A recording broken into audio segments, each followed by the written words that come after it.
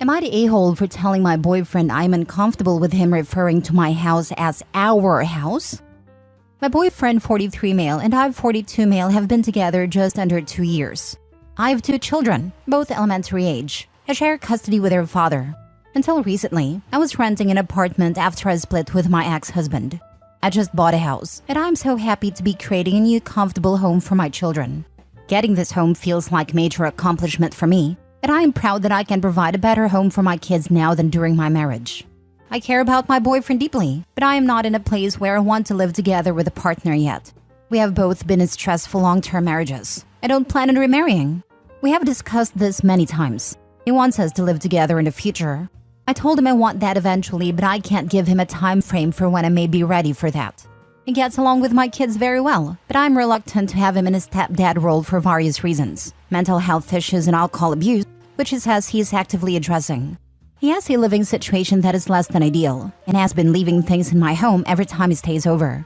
It started with some clothes, now it's a keyboard and guitar, and spare TV. I feel like this is a method of moving in without officially moving in. He has started using the term our a lot. Our house, our bed, our kids.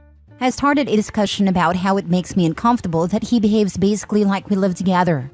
When my kids are at their dad's, he's always over, and I have to basically ask if I can have nights home alone sometimes. I require regular recharge time alone for self-care. I don't get that opportunity often. He reacted pretty angrily because he said the terminology ours doesn't matter because we are 2 adults in a loving relationship. He sees things as ours because he cares and helps out, but I see it as him not respecting my boundaries.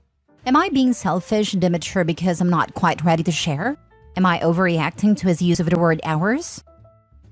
Now for the top comments before reading the mini update.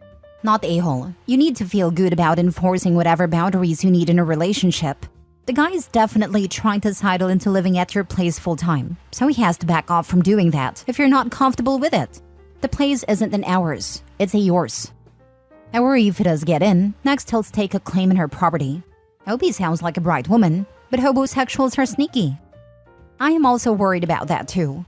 I'm in the process of updating my will now that I own a property, and as of now, everything goes to my kids. Your boyfriend is definitely giving homosexual vibes if you say his living situation isn't ideal. Protect your home that you worked so hard for. That is for you and your kids. Not the a-hole, by the way. My ex is a homosexual and tried this. First, it was things he just forgot at my house, which led you then calling it our house. Luckily for me, I'd moved in October and he immediately started talking about inviting his friends over for the holidays. I tried to tell him that I wanted a quiet holiday just myself and my son. He blew up at me, and I told him he needed to leave. As he walked out the door, he said he'd be back in an hour, so I had some time to cool off. When he returned, the few things he had at my house were in a box on the porch, and my best friend's husband was changing the locks. Not the a-hole. I think I see something here. He's not in a good place, poor living situation, mental health, leaving things at your house. He's in trouble, maybe about to be evicted. Certainly he's nesting, putting his valuables at her house and moving them from his. And it's too soon, too pushy. I think the fact that you don't see him as a stepfather material is significant. Even if you can't fully put it into words, you know there's something up. It's been 2 years, and there is definitely a plan for the long term, but he can't wait. Is it because he loves you so much? Or because he needs somewhere to stay and someone to look after him? Be careful, OB. It's been 2 years. If it was about a place to stay, he would have been in the apartment before the house. I think the real issue could be just what she said. She's always had a problem with boundaries in her marriage. Escaped what I assume wasn't a healthy relationship. Finally, she got on her feet to where she could provide a stable, comfortable home for her kids. A feat she probably saw as impossible alone. And now here's the man that she loves, trying to move in and lay claim to what she worked hard for. It might be reminiscent of how things began for her and her ex, and she's afraid of history repeating itself, in my opinion. I agree with your take on this. My instincts are telling me that this isn't right because I've done this before. I'm learning, just wish it was a bit quicker. Now for the mini update. Thank you to everybody for the mostly supportive comments. Clearly I have settled into old habits and did properly establish boundaries in this relationship from the beginning. I'm going to spend my evening alone, packing up his things. Next story. Am I the a-hole for cutting off my wife's access to our finances and giving her an allowance? I, male 35, have been married to my wife, female 33, for 10 years, and we have a son, male 7. My wife is a homemaker and I work as an engineer. We have a joint account and she has access to my other accounts. I've always trusted her and never controlled the money. A few weeks ago, I noticed some strange money transactions in my rarely accessed account going to her account. There were several dollar transfers to her account on different days. I asked my wife what she was using the money for, but she tried to evade the questions. But I kept pressing, and she confessed. She was using this money to gamble in online betting sites and lost over $9,000 in gambling in the past few weeks. She admitted to having a gambling problem and was trying to stop. So, I decided to cut off her access to our finances and give her an allowance. Now she was very upset about this and said I was being unfair and controlling. I think I'm being reasonable. I'm not sure if I can trust her again after what she did. Am I the a-hole? Not the a-hole. You are doing the smart thing, protecting what you still have, for both of you. You'd be dumb not to. That being said, if you value the marriage and if she does too, she needs therapy to overcome this and earn your trust back. Stat. If she's not willing to go to Gamblers Anonymous, then she has not hit rock bottom. You are not the a-hole. But I have a warning for you. Just because you cut off her access to the finances that you have, you probably need to freeze your credit as well. Because you have not cut off her access to your credit. I have no doubt she knows your social security number. She can easily apply for a payday loan or a line of credit on your house just using an online company. All she's going to need is social security numbers and your personal information, which I'm sure she has, along with your tax returns. I had a good friend whose significant other had a gambling problem from her. They had separate finances, but it came out when he couldn't pay his part of the bills. Not only that, it turned out he had had a problem in the past and gone for help. He had relapsed. But before they began a relationship, he had never mentioned this to her. I told her then and there that if he was not willing to get help again, he needed to go, and I had liked him very much. But there was her child involved, and I told her she couldn't put him at risk by having an addict around who was not willing to get help. I know that sounds harsh and final, but when you have children involved and there is an addict of any kind, the child's needs come first. Your wife only came clean because she got caught, so you really need to lock down all your credit.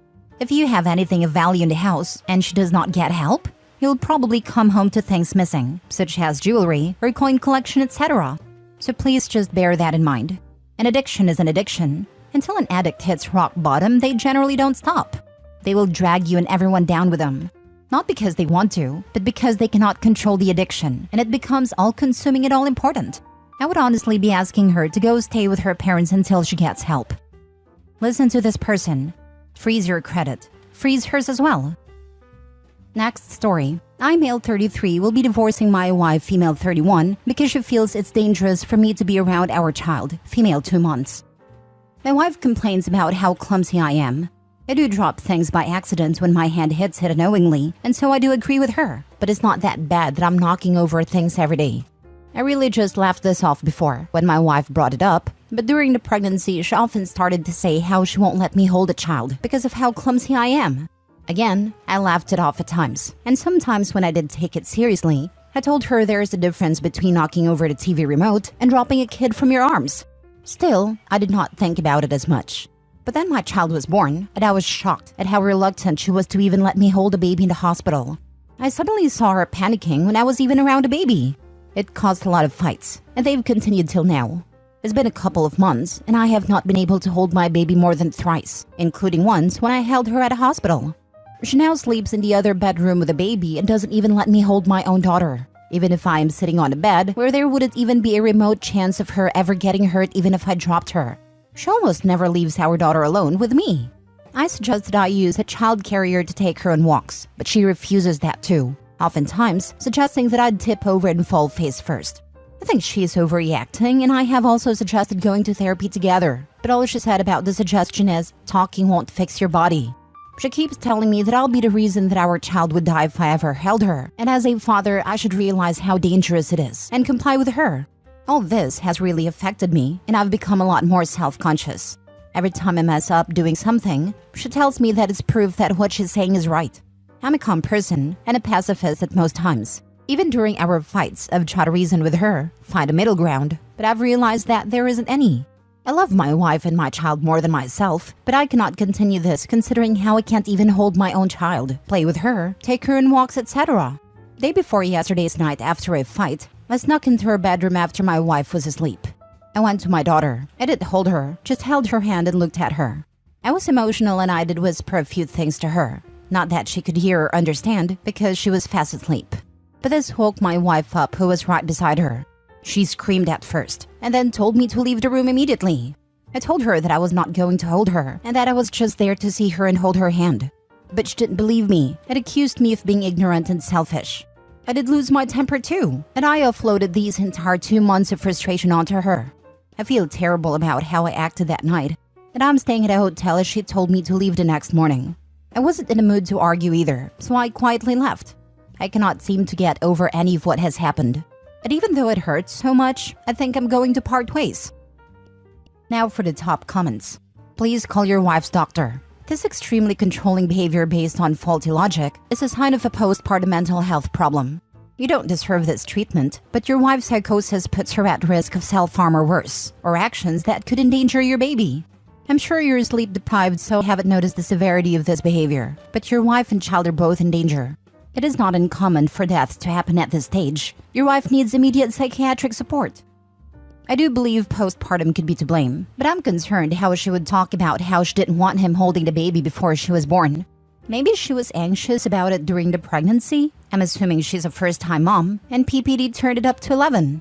Regardless of the exact origin, there is a serious mental health problem going on, and she needed help for her well-being, and that of your baby. Call the doctor. I used to work in inpatient mental health wards, primarily the mom and baby ward. Your wife is showing some concerning signs of postpartum anxiety. I'd give your health visitor/midwife/doctor a call and express her concerns before the anxiety manifests itself in more harmful ways. Although preventing a father from bonding and caring for his child is harmful already. 100% this. Divorce is totally your choice, but get her this help first for your baby's sake. I agree 100%. It's hard because this isn't what people think of when they think postpartum depression, but it takes all kinds of forms. Some anxieties happen during pregnancy and become extreme in postpartum. Your wife needs help. She could be in danger, even beyond preventing your bond. Last story. Am I the a-hole for telling my wife she is neglecting our older kids? I'm male 40 and married to Kate, female 38 for 8 years. I work in construction and she is a kindergarten teacher. We have 4 kids, an 8-year-old boy, a 6-year-old boy, a 2-year-old boy, and a 6-month-old girl. Kate has always wanted a girl. After our second child, we had a talk, and I expressed that our family is perfect with our 2 wonderful boys. She cried and suggested trying one last time, as she has always desired a big family. After our 3rd child was born, I scheduled a vasectomy, but due to lockdowns and backlogs, my appointment got postponed. Although I used rubbers, it seems one broke, leading to Kate getting pregnant again. She finally got a daughter she always wanted. From the moment she announced it, she began using phrases like, "Finally, a girl," or "I can finally enjoy having the baby I wanted." I assumed she was just overly excited. Honestly, to me, what's the difference? They're all our kids. We live in Canada and Kate is on an 18-month maternity leave. She seems to have shifted the responsibility of the 3 older kids onto me, as if she doesn't see them anymore. Our youngest boy, the toddler, has speech delays, requiring me to take unpaid time off for speech therapy. Meanwhile, Kate makes TikTok videos showcasing how she dresses up our baby girl and conducts a baby fashion show. When I come home, I either end up ordering food or cooking, or the boys will have no dinner. I have done their laundry, or they would have nothing to wear at school. Meanwhile, she claims to have already eaten and is busy snuggling with the baby. The other day, I had to attend a parent-teacher afternoon because I later found out she took the baby for a commercial audition. I told her last night that I'm so tired I almost fell asleep driving to work. I expressed that I'm glad she's enjoying the baby, but we have 3 other kids to take care of too. She got angry and said she's on leave to recover, it's not a vacation, and that I'm being an a-hole. Please tell me, am I? You need to explain that her behavior will damage the relationships with your older children. It's wonderful to be excited, but not to the detriment of the family and your marriage. Nip this in the bud. Not the a-hole. I did try to tell her that. I specifically told her that our youngest boy needs extra attention since he is not verbal. She got very mad at me and ended the conversation. Insist and do not relent. This is a massive problem in the making. Her focus on one child over the others is not normal or acceptable. Does she need a therapist? This sounds like the wheels are falling off her wagon. Not the a-hole. It would be wise to set some boundaries with your wife. Talk to your wife about these problems and tell her if she continues to neglect the boys, she has 2 options. 1. going into family therapy so you guys can work on this. 2. If she doesn't want to go for option 1, you guys get a divorce. This behavior is totally not done. She doesn't respect you and your boys. She just wants to have a mini her and now her dream came true. Your boys deserve having a loving mother who protects them and cares for them. And you deserve a loving and respecting wife. You need to be a team with your wife to take care of all 4 children. If she doesn't see it that way, she can go, and you deserve so much better. I've suggested therapy, but she rolled her eyes and said no. Yes, baby is definitely her mini-me. She mentions that all the time that she finally has a mini-me. Blonde hair and blue eyes. Boys all have my brown hair and brown eyes. I get your daughter is an infant now, but this is also terrible behavior for the baby, especially as she grows. Your wife is literally setting up the stage for mental and emotional abuse for your daughter. She is already doing this and neglects her 3 sons.